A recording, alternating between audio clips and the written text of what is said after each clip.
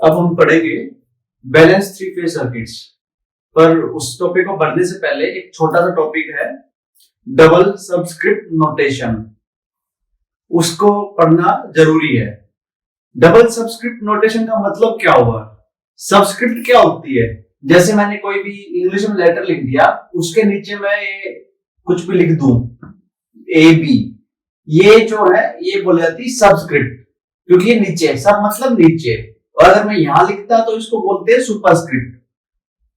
तो double subscript का मतलब क्या हुआ? दो लेटर की सबस्क्रिप्ट। इसका फायदा क्या है? डबल सबस्क्रिप्ट नोटेशन में वोल्टेज या करंट लिखने से हमें डायरेक्शन दिखाने की जरूरत नहीं पड़ती है। क्यों? क्योंकि इसमें ऑलरेडी डायरेक्शन इन्वॉल्व रहती है। जैसे मैं अगर लिखना चाहूं VAO, इसका मतलब क्या हुआ?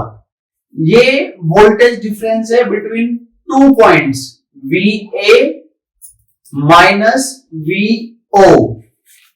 जैसे कि ये रहा, ये पॉइंट O है, ये पॉइंट A है। V, इस पॉइंट की जो वोल्टेज होगी with respect to some reference, let us say वो VA है, इस तरह इसकी VO है, तो VAO क्या होगा? VA minus VO। इसमें ये ऑलरेडी इंक्लूड है इंफॉर्मेशन, इस डबल सबस्क्रिप्ट नोटेशन में ये वाली इंफॉर्मेशन ऑलरेडी इंक्लूडेड है। सिमिलरली अगर मैं करंट दिखाना चाहूं, करंट में दो चीजें होती है, एक तो उसका मैग्नीट्यूड, दूसरा उसकी डायरेक्शन। हमें पता भी होना चाहिए करंट कहां से कहां जा रहा है। तो डबल सबस्क्रिप्ट नोटेशन जो है वो इसमें हेल्प कर देती है। जैसे कि मैंने लिखा है IAN, इसका मतलब क्या हो गया? करंट A से N की तरफ जा रहा है, मतलब IAN, पॉइंट A से N की तरफ करंट जा रहा है। सिमिलरली INO का मतलब क्या हुआ? N से O की तरफ करंट जा रहा है। तो करंट का मैग्नीट्यूड और डायरेक्शन दोनों एक ही चीज में डबल सबस्क्रिप्ट नोटेशन में आ सकता है। सिमिलरली वोल्टेज डिफरेंस भी आ सकता है। और हमें बार बार डायग्राम बनाने की जरूरत इतनी नहीं पड़ेगी। जैसे हमने KVL में लिखा है, किरचॉफ वोल्टेज लॉ में देखा है कि क्लोज लूप में एक सर्किट में वोल्टेज टोटल जीरो रहती है, पोटेंशियल ड्रॉप जो होता है वो जीरो रहता है। वो हम डबल सबस्क्रिप्ट नोटेशन जब पढ़ेंगे उसमें देखेंगे कि ये हमें मतलब KVL लिखने की जरूरत ही नहीं पड़ेगी। फॉर एग्जांपल मैं लिखना चाहूं VAB plus VBC plus VCA, इसका मतलब क्या हो गया? मैं A से चला था, A पे वापस पहुंच गया, मैं मतलब A से पॉइंट B पे आया, VAB मतलब VA माइनस VB, ठीक है। सिमिलरली पॉइंट B से C में गया तो VBC, VB माइनस VC, और मैं पॉइंट C से A में आया तो क्या हो गया? VC minus VA, VCA। तो इन तीनों को ऐड करके देखो आप, VAB को ऐड करके देखिए क्या आएगा? VA minus VB। Similarly VBC को लिखना चाहूंगा, क्या लिखूंगा? VB माइनस VC, और VCA को लिखना चाहूंगा तो क्या लिखूंगा? VC minus VA। अब इन तीनों को ऐड करो, ऐड करने पे क्या आएगा? हम देखेंगे ये माइनस से ये कैंसिल, ये माइनस से ये कैंसिल, ये माइनस से ये कैंसिल, टोटल जीरो आ गया। VAB plus VBC plus VCA sum zero आ गया। मतलब मुझे ऐसे लूप शो करने की जरूरत नहीं पड़ी, डायरेक्ट मैं दिखा सकता हूं A से सीधे A पे आया, कोई सा भी पाथ फॉलो किया, टोटल वोल्टेज ड्रॉप जो है वो जीरो हो गया। ये सब जो लॉज है वो एनर्जी कंजर्वेशन या चार्ज कंजर्वेशन से ही आते हैं। KVL एनर्जी कंजर्वेशन से आता है। अब मैंने बोर्ड पे एक बैलेंस थ्री फेज सर्किट बना रखा है, जिसमें जो जनरेटर्स हैं वो भी बैलेंस्ड है और जो लोड है वो भी बैलेंस्ड है। ये बैलेंस का मतलब क्या हुआ? बैलेंस थ्री फेज लोड का मतलब क्या हुआ कि ये जो तीनों फेज है, ये फेज मान लीजिए ये फेज A है, ये फेज B है और ये फेज C है। तो फेज A में A और N के बीच में कितना लोड है? ZL। सिमिलरली बी में कितना लोड है, बी और एन के बीच में, फेज बी में ZL। सिमिलरली सी और एन के बीच में कितना लोड है, ZL, मतलब तीनों सेम है। तो अगर तीनों फेज में लोड सेम है तो उसको बोलते हैं बैलेंस्ड थ्री फेज लोड। अब मैंने बोला कि इसमें मैंने बैलेंस थ्री फेज जनरेटर भी दिखा रखे हैं, उसका मतलब क्या हुआ? हम जब जनरेटर्स को यूजुअली जब डिजाइन करते हैं फिजिकली, उसकी वाइंडिंग्स वगैरह डिजाइन करते हैं, उनकी प्लेसमेंट उसके पेरिफेरी में जैसे करते हैं, तो हम डिजाइन ऐसे करते हैं कि हमारी जो वोल्टेज जनरेट होंगी वो बैलेंस्ड वोल्टेज जनरेट हो।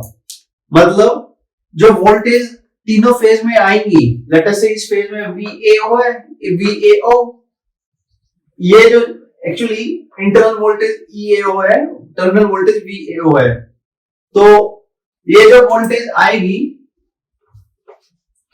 जनरेट होके, इसमें मान ले ये VAO आई है, सिमिलरली इसमें VBO आई है, सिमिलरली फेज 3 में VCO आई है।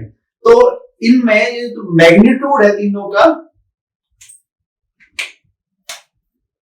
तीनों का मैग्नीट्यूड बराबर होगा। एक कंडीशन तो ये है, मतलब ये है फर्स्ट कंडीशन बैलेंस होने की। दूसरी कंडीशन क्या है? क्योंकि ये थ्री फेज है, थ्री फेज का मतलब तीनों फेजेस में जो फेज डिफरेंस आपस में, एक अगर मैं मान लीजिए क्लॉकवाइज लूं या एंटी क्लॉकवाइज लूं, फेज सीक्वेंस ABC लूं या BCA, मतलब कि उन तीनों के बीच में बराबर फेज डिफरेंस हो, तो 360 डिग्री को मैं बराबर कैसे बांटूंगा? 360 डिग्री डिवाइडेड बाय 3 मतलब 120 डिग्री। तो मतलब तीनों वोल्टेज के बीच में आपस में 120 डिग्री का फेज डिफरेंस हो। तो फेज सीक्वेंस क्या है?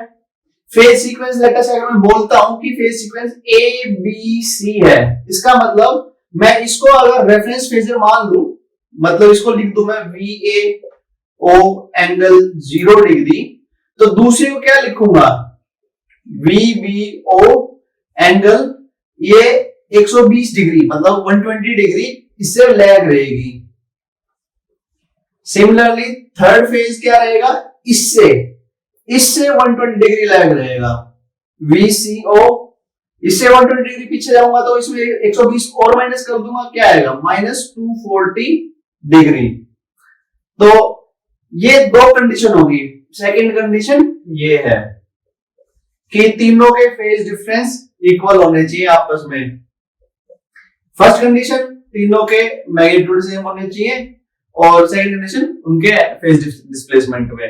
और ये इस साइकिल में A से B से C, इसलिए इसको फेज सीक्वेंस ABC बोलेंगे। और मान लीजिए हम उल्टा कर दें इसको, BAC करना चाहें या CBA करना चाहें, तो क्या करेंगे? कुछ नहीं, इसको 0, इसको +120, इसको +240। ये ऑटोमेटिकली अभी हम ऐसे जा रहे थे, क्लॉकवाइज जा रहे थे, पहले -120 जा रहे थे, फिर -240 जा रहे थे।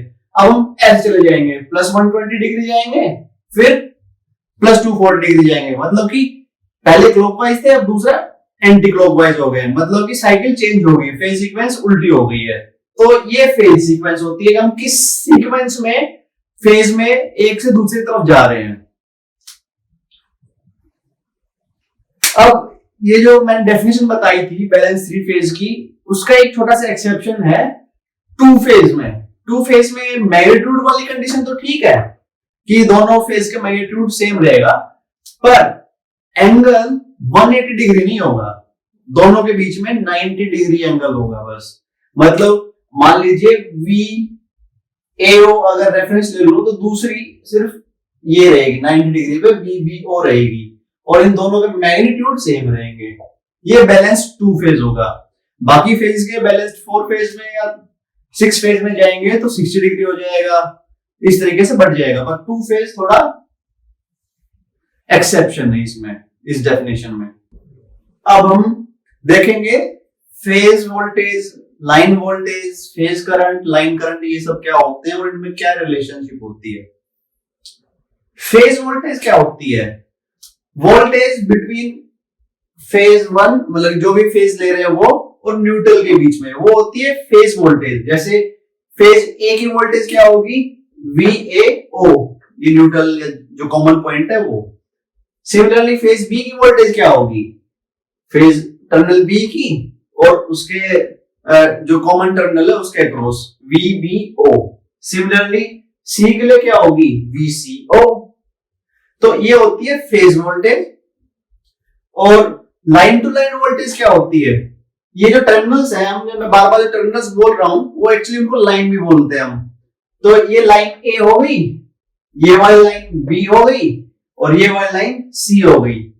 तो लाइन ए से लाइन बी के बीच में जो वोल्टेज डिफरेंस होगा उसको बोलते हैं, लाइन ए और बी के बीच में line to line voltage difference. और वो लिखेंगे कैसे? VAB, VA माइनस VB, या VAO माइनस VBO, क्योंकि O इसमें कॉमन पॉइंट है, तो इसको लिखेंगे VAB। सिमिलरली VBC क्या होगा? VB minus VC। Similarly VCA क्या होगा? VC minus VA। तो ये तीन लाइन वोल्टेज हो गई, लाइन टू लाइन वोल्टेजेस। अब फेज करंट और लाइन करंट क्या होते हैं? लाइन करंट सिंपल, जो डेफिनेशन नाम से ही पता लग रहा है कि लाइन में जो फ्लो करें, तो इसमें ये लाइन क्या है? ये लाइन है, तो यही करंट फेज में भी फ्लो कर रहा है, यही करंट लाइन में भी फ्लो कर रहा है। तो ये, और इस कनेक्शन को जो बोलते हैं जिसमें कॉमन टर्मिनल होता है उसको स्टार कनेक्शन बोलते हैं, दिखने में भी स्टार जैसा है। और दूसरा इसका काउंटर पार्ट होता है डेल्टा, जो हम बाद में पढ़ेंगे। तो स्टार में आप देखिए लाइन करंट और फेज करंट दोनों सिमिलर है, सेम है। और सिमिलरली IBN क्या होगा? IBN भी लाइन करंट है, लाइन बी का करंट है। सिमिलरली ICN क्या होगा? लाइन सी का करंट। और क्योंकि ये सब बैलेंस्ड है, अभी हम प्रूव करेंगे कि न्यूट्रल का जो करंट है वो जीरो होगा। मतलब ये दोनों पॉइंट्स, लोड का भी और सोर्स का भी, ये दोनों जो कॉमन पॉइंट्स है उनकी वोल्टेज सेम रहेगी, ये सेम पोटेंशियल पे होंगे। और वैसे भी हमने इनको एक रेजिस्टेंस लेस तार से कनेक्ट करके शो किया हुआ है, तो दोनों की पोटेंशियल सेम है और करंट इसके क्रॉस अभी बैलेंस है, जीरो फ्लो करेगा। अब हम इसको थोड़ा मैथमेटिकली देखते हैं। जैसा कि मैंने बताया कि हम जो वोल्टेजेस है, बैलेंस वोल्टेजेस है, तो उनको इक्वल मैग्नीट्यूड और बस 120 डिग्री ऑफ फेज डिफरेंस से लिख सकते हैं। तो लेट अस से मैं फेज वोल्टेज लेके चलता हूं। फेज ए की वोल्टेज लिख लेता हूं, VAO is equal to VAO magnitude angle 0 degree. VBO लिख लेता हूं फेज बी की वोल्टेज, VBO एंगल, और मैं लेता हूं normal ABC sequence clockwise direction में, -120 डिग्री। अब VCO क्या होगा? Simple, VCO angle -120 degree. अब मैं, क्योंकि ये तीनों इक्वल हैं, इनको लेट अस से VT को लिख देता हूं, VAO का magnitude is equal to VBO का magnitude is equal to VCO का magnitude is equal to V। मैं सिर्फ V लिख देता हूं, तो तीनों क्या हो जाएंगे? VAO हो जाएगा V एंगल 0 डिग्री, VBO क्या हो जाएगा? V एंगल -120 डिग्री, और VCO क्या हो जाएगा? V angle -240 degree. ठीक है, अब हम देखते हैं करंट कैसे निकालें।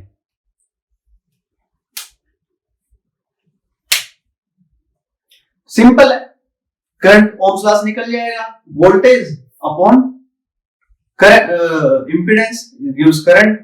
वो हम अब देखते हैं मैथमेटिकली। चलिए अब हम देखते हैं कि करंट कैसे निकालें, लाइन करंट्स कैसे निकालें।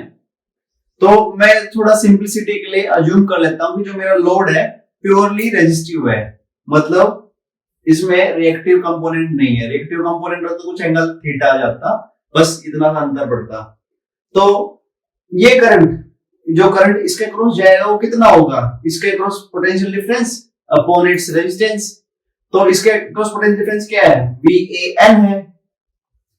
तो मैंने इसको लिखा VAN अपॉन ZL, ZL की वैल्यू R ले रखी मैंने, तो क्या आएगा, VAN की वैल्यू रखी V angle 0 upon R। Similarly IBN क्या होगा, पोटेंशियल डिफरेंस अपॉन इंपेडेंस। तो पोटेंशियल डिफरेंस क्या है, VBN है, VBN क्या है, V एंगल माइनस 120 डिग्री, क्योंकि मैंने बैलेंस दे रखा है तो मैग्नीट्यूड सबके सेम है और फेज एंगल 120 डिग्री का अंतर रहेगा। तो ये क्या आ गया, V angle minus 120 degree upon R। Similarly ICN क्या आएगा, V upon R minus 240 degree. अब हम इसमें KCL लगा देते हैं, किरचॉफ्स करंट लॉ लगा देते हैं। अब देखो IAN ये है, IBN ये है, ICN ये है, और ये तीनों करंट इस नोड पे आ रहे हैं, न्यूट्रल जिसे मैं बोल रहा हूं, इस नोड पे आ रहे हैं। तो तीनों का सम इससे जो बाहर जा रहा है उसके बराबर होगा। मतलब IAN plus IBN plus ICN is equal to INO। अब मैं सबकी वैल्यू देता हूं यहां से, और V बाई R देखिए कॉमन है सब में, तो V बाई R मैंने कॉमन ले लिया, सिर्फ बचा क्या, 1 angle 0, 1 angle minus 120, 1 angle minus 240, और एक इसके बराबर हो गया INO के। ठीक है, अब इसको या तो हम कैलकुलेटर से सम कर सकते हैं, एक इसका दूसरा इजी तरीका, क्योंकि बैलेंस दिख रहा है मुझे, तो इसका एक सबसे इजी तरीका है फेजर डायग्राम बना के।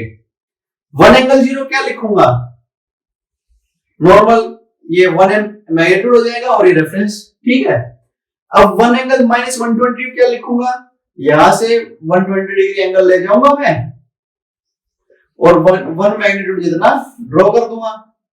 ठीक है, और तीसरा क्या है, 1 एंगल माइनस 240, अब इसमें 120 और ऐड कर दूंगा,